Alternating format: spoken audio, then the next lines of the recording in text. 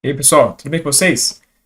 Bom, indo de encontro, né, com aquele vídeo recente nosso que a gente fala sobre a questão do destino da Ucrânia já estar selado na guerra, vendo as últimas notícias, né, eu decidi fazer esse vídeo aqui, né, que a gente vai falar um pouco sobre como está a situação lá, né, e do que a gente pode esperar da guerra no futuro próximo, tá? Isso porque a maré da guerra já tá virando, né? Faz um tempinho, como eu já falei, já faz alguns vídeos até, na verdade, que eu falo sobre isso. Só que a Rússia acha que nem um dinossauro, né? Cada movimento é forte, mas é demorado, né? Pela estratégia que eles estão usando na guerra. Né? Mas então, hoje eu quero falar um pouco sobre isso e como que tá a guerra lá, né? Porque faz tempo que eu não falo e parece que o pessoal tá um pouco mais desconexo da guerra agora, né? Então, para trazer um pouco aí como que tá a situação lá no campo de batalha também, eu vou falar um pouquinho, tá bom? Mas eu vou tentar falar da forma mais resumida possível, tá bom? Então, vamos lá. Então, eu vou começar aqui primeiro pela parte da linha de frente, pela parte mais do combate em si, né? O que isso tá rolando na guerra, né? Porque a gente tem isso e a parte mais estratégica que eu vou falar depois. Mas então, vamos lá. Com o desastre estrondoso, né, que foi aquela contraofensiva, né, do lado da Ucrânia, que até existem estimativas que eles podem ter perdido até 100 mil baixados, né, combatentes baixados do lado da Ucrânia, claro. Lembrando aqui que baixa é morto, ferido, capturado e desaparecido, tá? Não é só morte. Mas são 100 mil combatentes a menos, né? Isso faz um peso muito grande, né? E agora esses combatentes estão sendo percebidos, né, a falta deles no resto da linha de frente, né, da linha de frente inteira do conflito, né, que é uma linha de contato bem grande entre as forças ucranianas e as forças russas. O que acontece? Como tanto recurso foi desperdiçado ali em um ponto muito específico, e agora se foi, né, alguns pontos da linha de frente ucraniana já estão sem gente, né? Claro que não literalmente sem ninguém, mas assim, tá com falta de pessoal, né? Isso é muito grave. Por que acontece? Como eu já falei, já faz alguns meses, a Rússia já estava retomando a iniciativa, né? E parece que agora, né, nessas últimas 2 semanas, né, os russos já estão indo para cima, tá? Em alguns lugares, os russos estão até com a superioridade numérica, né? Inclusive ali no saliente ali de Siversk, segundo alguns ucranianos, eles estão com uma inferioridade de 5-1, ou seja, 5 russos para cada ucraniano. Então, é uma superioridade muito forte, né, para a Rússia. E eles estão usando isso mesmo, estão indo para cima e estão conseguindo avançar bastante contundentemente até. Em alguns pontos eles estão avançando praticamente alguns quilômetros por dia, né? Então, está sendo um avanço muito importante. Realmente, como eu até cheguei a comentar com vocês em outros vídeos, né? Eles estão realmente pegando contra-ataque, né, a partir da ofensiva lá na região de Zaporozhye, né? E então, assim, uma boa parte da linha de frente, né, inteira ali, desde o norte ali em Kherson até realmente em Zaporozhye, né? Na parte mais oriental de Zaporozhye, eles estão avançando. E estão conseguindo avanços, né? Inclusive, eles conseguiram conquistar. Tudo bem que ali era uma estratégia diferente, mas eles conseguiram até dominar a cidade de Marinka, que era uma batalha que já estava durando 20 meses, né? Praticamente desde o começo da guerra eles estavam lutando pela cidade ali. Né?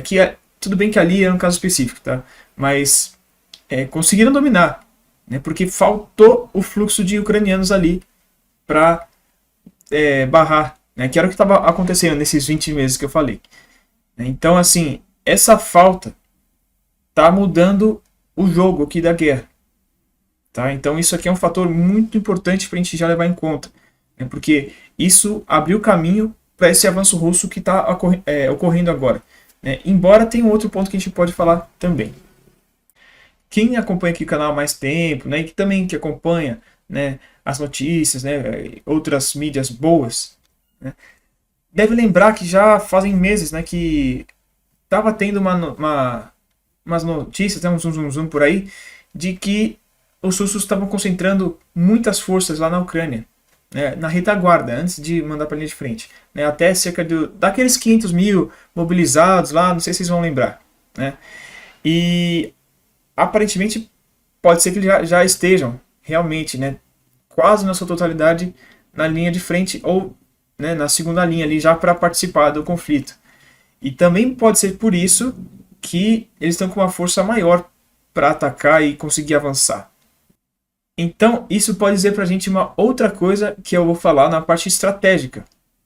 Do lado ucraniano, a gente só tem um lugar que eles estão realmente fazendo alguma coisa, mas que, na minha opinião, ainda é um desperdício também, né? Que é ali na região de Kherson.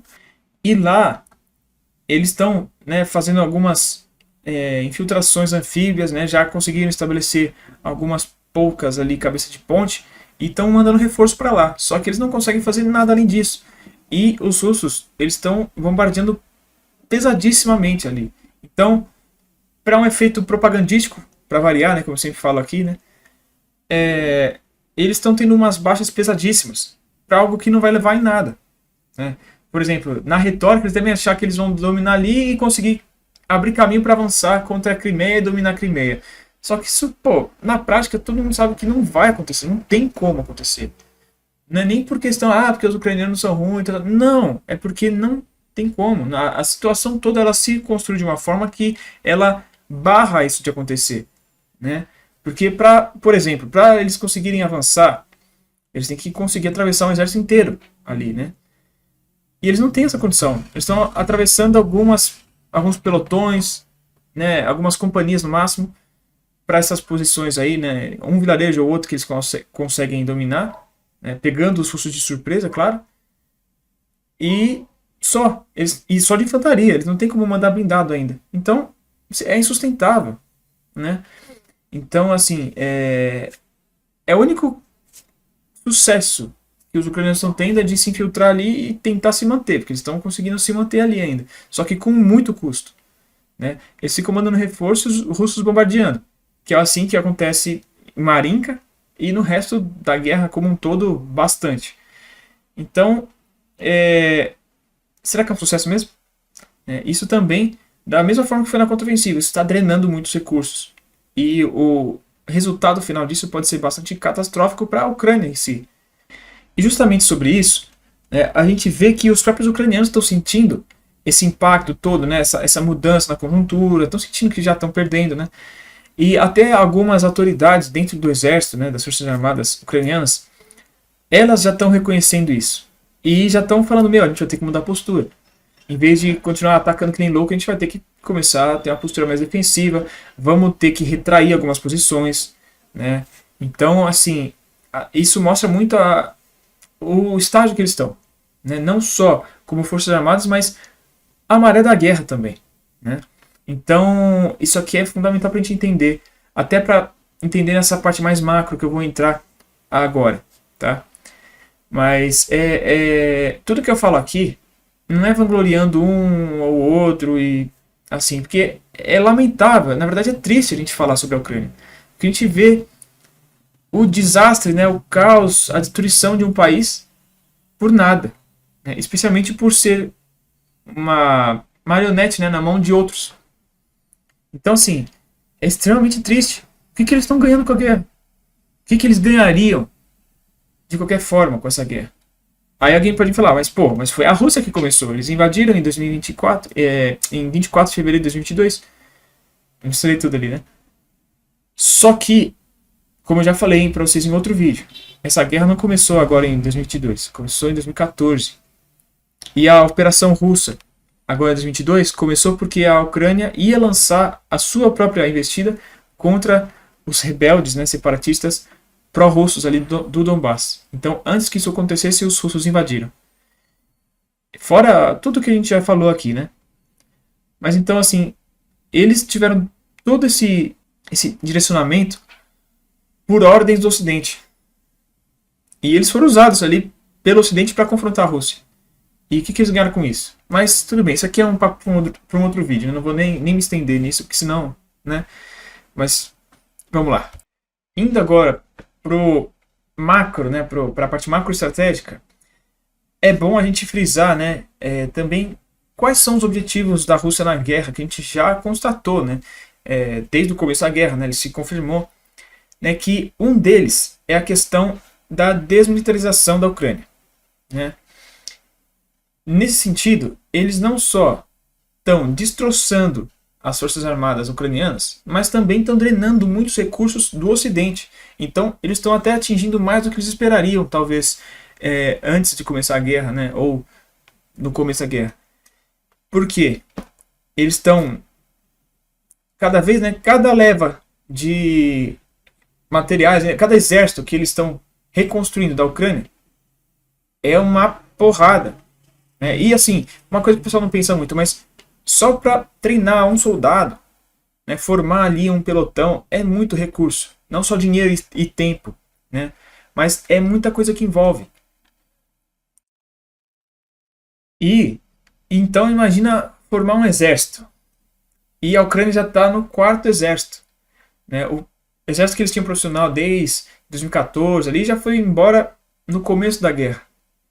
Depois foram formando o segundo exército. Ali recebendo equipamento soviético, né, dos países da OTAN e alguns outros que eles achavam por aí. Formaram o segundo exército. Já foi destroçado. Aí formaram o terceiro exército com equipamento já da OTAN, né, e tentando ainda passar a doutrina da OTAN, né? Então ainda tinha meio que mais ou menos, né? E o quarto exército da OTAN, já com a doutrina OTAN, tudo treinado pelo pessoal da OTAN, né? Que é o que eles têm agora. Já devem estar quase indo pro quinto, até, na verdade, né?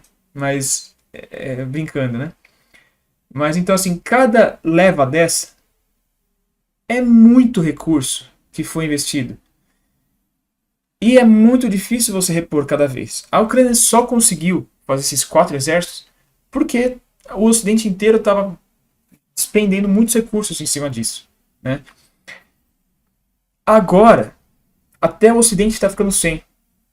Então, é muito mais difícil para que a Ucrânia consiga repor essas perdas todas, não só de vidas, né, mas também de materiais. Porque realmente os russos estão conseguindo abater muito, né, destruir muito. Né? A contraofensiva da Ucrânia foi só o escrachado disso. Mas isso aconteceu desde o começo da guerra. Né? E essa é a ideia da Rússia, né, a mais básica. Né? Essa é meio que a base das outras. Por quê?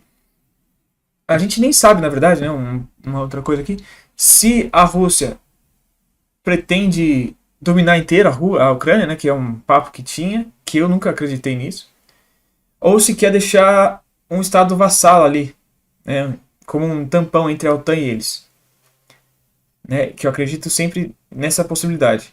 E tendo isso aqui, a ideia é que aconteça que uma coisa que era bem comum antigamente, né, de você criar, que nem quando acabou a Primeira Guerra Mundial, né, o que foi feito com a Alemanha. Né, lá não deu tão certo, né, no fim das contas, mas em outros países também aconteceu, por exemplo, na Hungria, né, o Acordo de Trianon, que é limitar. Então, tipo, pode ser que a Rússia queira limitar, por exemplo, a ter só uma força de defesa de fronteira, por exemplo, né, uma força de 50 mil homens só, e sem força aérea, sem capacidade de longo alcance, esse tipo de coisa, né? Pode ser que a Rússia queira impor isso. Né? Mas para eles poderem impor isso, eles têm que chegar perto disso. Né? Eles têm que colocar um peso tão grande que a Ucrânia fala, tudo bem, vai, eu não tenho muito mais que isso mesmo, e vai ser muito custoso para mim tentar ter mais que isso. Né? Fora também na questão do peso, né? Na hora da negociação. Né? Mas então, esse é um aspecto importante, tá? A ser tratado. Por quê? O mais importante até do que isso é a parte do Ocidente que está sendo afetado por isso. Porque a Rússia ela percebeu que cozinhando, né, essa guerra, o Ocidente vai continuar jogando recursos para lá e vai ficar sem. Então isso estrategicamente falando, é fantástico para a Rússia. É muito desejado para eles e por eles. Né? Então eles estão querendo cozinhar o máximo possível essa guerra para justamente continuar drenando isso. Porque ó, é só a gente ver. Eu falo isso aqui desde o começo da guerra. Olha os resultados dela. Né? Olha o que está acontecendo com a economia europeia, com a economia americana em certa parte, com a alemã, com a britânica. Essas duas estão sendo completamente afetadas. Né? E o resto da Europa também. isso tudo é muito interessante para a Rússia. Para a Rússia e para o Oriente como um todo, né? O mundo multipolar, né? Que a Rússia é uma das líderes.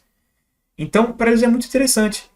E até não só nesse aspecto, mas, por exemplo, sempre a Europa foi uma ameaça para a Rússia. Então, para a Rússia é interessante que eles estejam fracos, né? Então, isso aqui é fundamental para a gente entender. A Rússia não vai acabar com a guerra agora, indo direto ao ponto, né? Para não ficar me estendendo. Eles vão cozinhar essa guerra o quanto eles puderem, até não sobrar nada no Ocidente. Tirando os Estados Unidos, porque os Estados Unidos provavelmente vai continuar tendo bastante ainda. Mas na Europa já está, né, muito complicado, já estão sem, né? Por exemplo, as Forças Armadas da Alemanha já faz um tempo já que está sem vários dos seus meios, porque mandou tudo que tinha, né? Primeiro mandou o que tinha na reserva, depois mandou o que tinha na ativa de segunda linha, e depois mandou o que tinha em efetivo total. E agora estão sem, porque a produção das indústrias bélicas ocidentais também não dá conta. Ela é muito mais econômica do que produtiva, né? Então, assim, ela é muito para dar lucro e pouco para produzir, tá? Resumindo aqui, eu já falei tudo isso aqui em outros vídeos, então se você tiver interesse, procura aqui nos meus vídeos, tá bom? Mas vou parar por aqui, senão eu vou ficar... Cada ponto é um vídeo, né, que mereceria, mas tudo bem, vamos lá. Agora eu vou colocar só mais um ponto muito importante aqui para a gente entender a dinâmica que está rolando. 2024 é um ano que vai ter eleição na Rússia e nos Estados Unidos. Isso aconteceu na Ucrânia, né, mas talvez não ocorra. Esses 3 pontos são muito importantes, tá? Porque eles envolvem muito do que está acontecendo lá e do que pode acontecer, tá? Especialmente por intermédio da própria Rússia, tá? Vamos lá. Começando com a própria Rússia. O Putin, a gente fala até brincando, assim, ele vai participar da eleição, é mais para tipo, eu vou continuar sendo presidente, né? E todo mundo vai, tudo bem, é meio que só isso, né? Enquanto até o pessoal mais aqui do Ocidente até ridiculariza isso, não, é uma autarquia, essa democracia de fachada e tal. Uma coisa que é importante, né, que enquanto se fosse um país aqui falaria de uma forma, lá é de outra, mas que também pode acabar sendo da mesma forma. Algumas coisas que acontecem, o Putin precisa ter o apoio popular. Ele precisa fazer umas coisas para ganhar a confiança do povo, então ele precisa mostrar serviço. Por mais que na eleição possa ser uma fachada, né, porque algumas coisas que se fazem, geralmente aqui no Ocidente fala, não, é para ganhar campanha, né, uma coisa de campanha. Lá pode ser que, tipo assim, falem como se fosse uma coisa de campanha, mas é mais para ter um apoio popular. Vou especificar o que eu quero dizer aqui. O Putin, ele parece que é o caso até, né? Ele pode estar querendo que as Forças Armadas consigam alguns ganhos mais intensos, né? Ele quer apresentar um resultado dessa guerra para o povo russo. Para o povo russo continuar apoiando bastante ele. E claro, na eleição lá ele ter aquele voto e tal. Mas isso aí a gente sabe como é.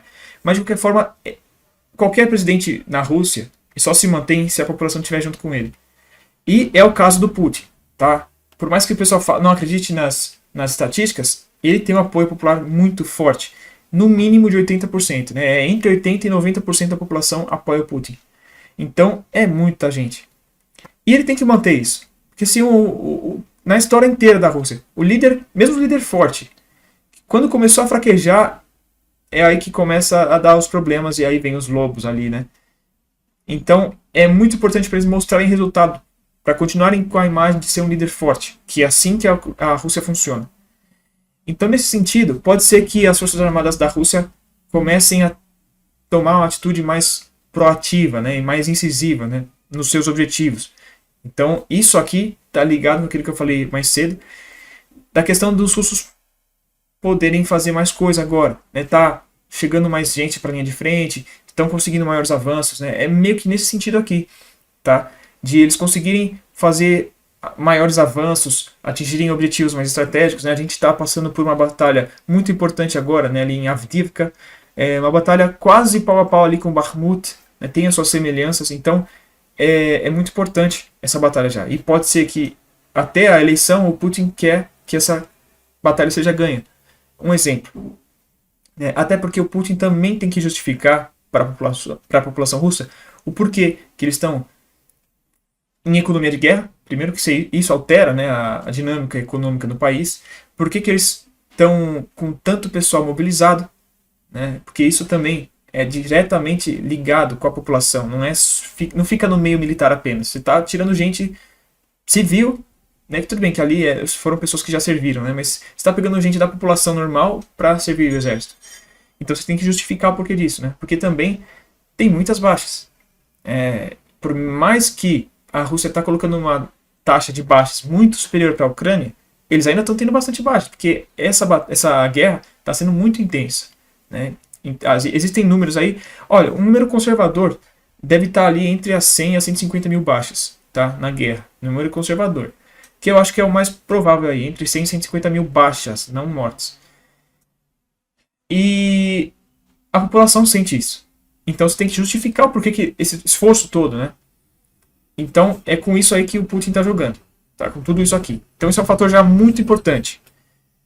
Jogando pro outro lado, tem os Estados Unidos, que vai ter eleição lá. E o Biden, eu acredito que pode ser que ele nem dispute, porque a coisa está feia para ele. É porque a mesma coisa que estou falando para a Rússia acontece nos Estados Unidos. Eles têm que justificar para o povo deles que eles estão passando por tanto sufoco para manter a guerra na Ucrânia, né? E por isso até que a Ucrânia faz todas aquelas, o que eu falo sempre, né? Algumas operações que são muito mais por propaganda do que para militarmente efetividade, né? É por isso que tem um problema para lá, para a Ucrânia e para os Estados Unidos. Porque o grupo político, vamos dizer assim, do Biden, eles têm interesses pessoais específicos ali na Ucrânia, né? Então eles têm interesse em continuar ali daquela forma, né, para ganhos próprios. Enquanto para os Estados Unidos existe interesse, mas não é tão intenso assim. Tipo assim, eles poderiam falar, quer saber que se dane. Eles poderiam fazer isso. Enquanto para a cúpula política, né, do Biden, isso já é um pouco mais complicado. Isso aqui é um parênteses, tá? Agora, para os Estados Unidos, isso é muito relevante, porque o desfecho que está tendo a guerra da Ucrânia pode ser que afete muito o resultado na eleição. Então, por exemplo, no caso do Trump participar, é muito provável que ele ganhe mais força política por conta do resultado da guerra da Ucrânia. Tá? Não vou falar aqui que é mais provável que um ganhe, que outro não, até porque o Trump talvez não possa participar, né? Tá ainda naquela disputa lá, tal, se ele pode ou não, disputa judicial, né, lawfare e tudo mais.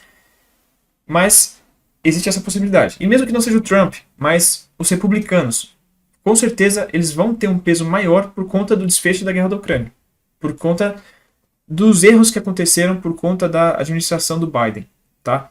Então isso é um fator muito relevante, porque isso altera completamente a dinâmica geopolítica no mundo inteiro, né? A eleição de um republicano ou um democrata, só isso já muda muito. E com relação à guerra, então, se chegar um presidente que é totalmente contra essa guerra, eu acho que fica complicado para a Ucrânia, né? Vocês podem entender bem isso. Então isso já é um fator.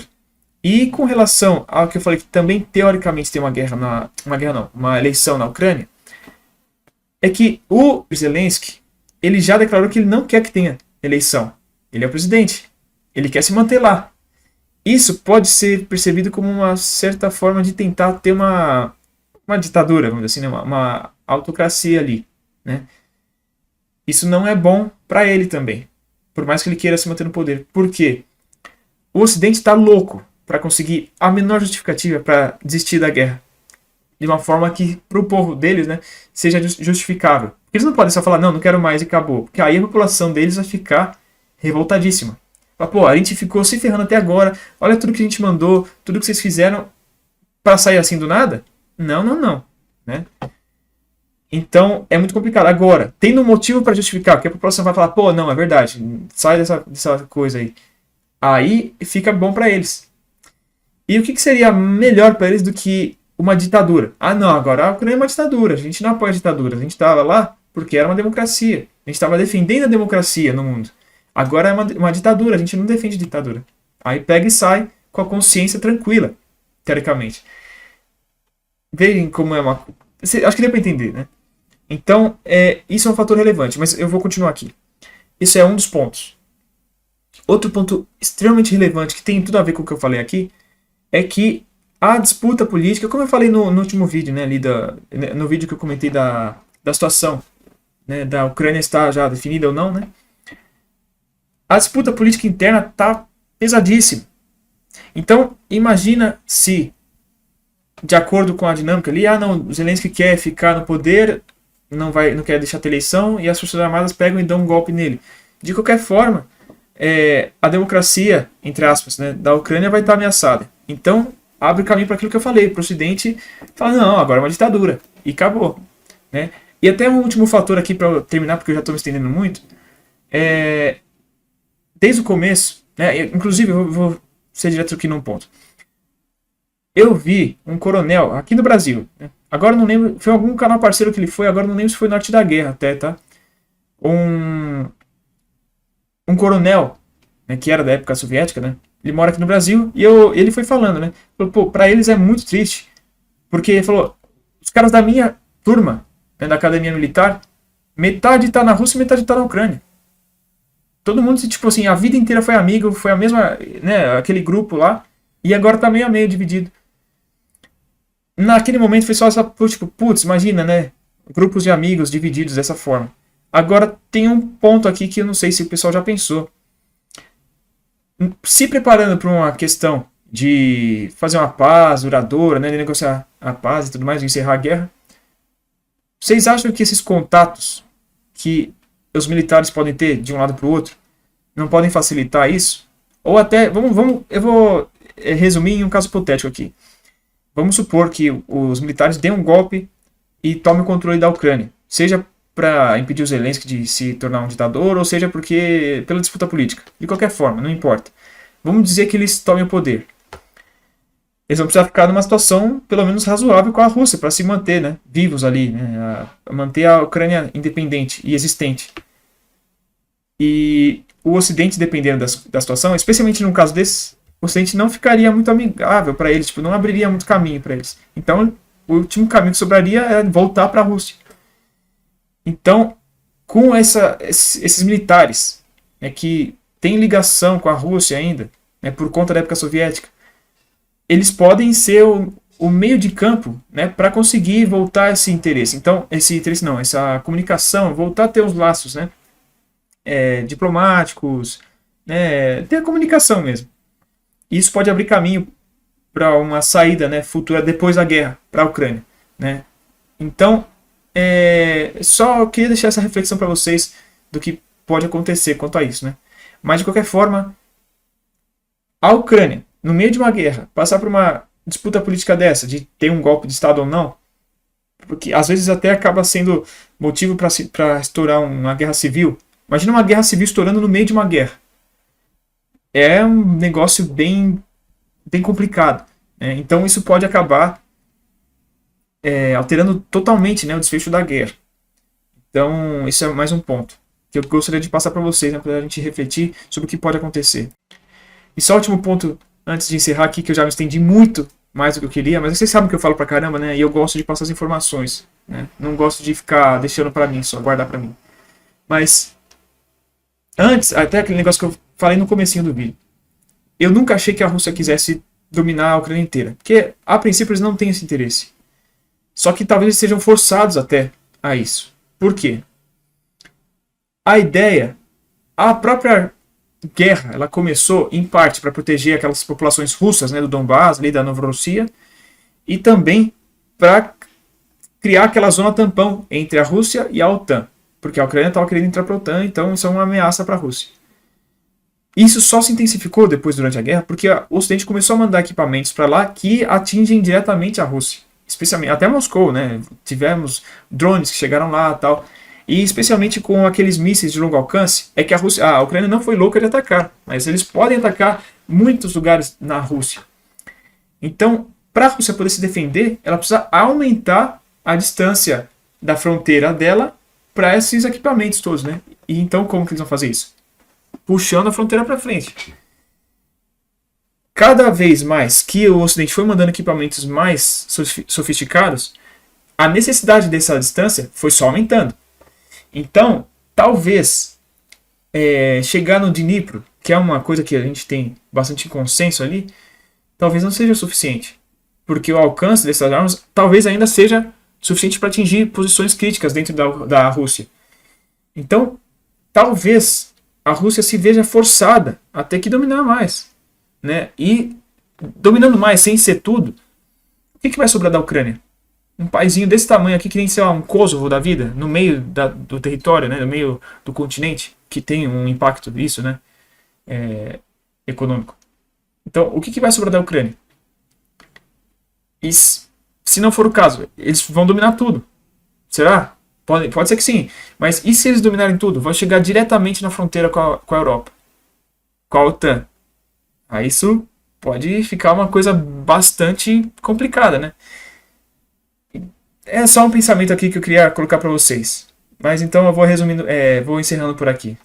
Então, esse foi o vídeo de hoje. Já falei pra caramba, eu queria ter falado pouco, falei mais do que eu queria. E então é isso, pessoal. Espero que essas informações que eu trouxe para vocês tenham ajudado vocês a refletir um pouco sobre a situação ali, né? Ter uma compreensão um pouco maior do conflito, né? E espero que tenha ajudado de alguma forma, né? Vocês a formarem a concepção de vocês, né? Então, por hoje é isso, pessoal. Espero que vocês tenham gostado do vídeo. Obrigado para quem assistiu até aqui, né? Obrigado a todos que estão chegando agora no canal também. Sejam bem-vindos, né? E aquela coisa, pessoal, não vou pedir para se inscrever, para dar like, para comentar e nem nada mais, tá bom? Só vou deixar umas ideias aqui e cair fora. Então, até o próximo vídeo, pessoal.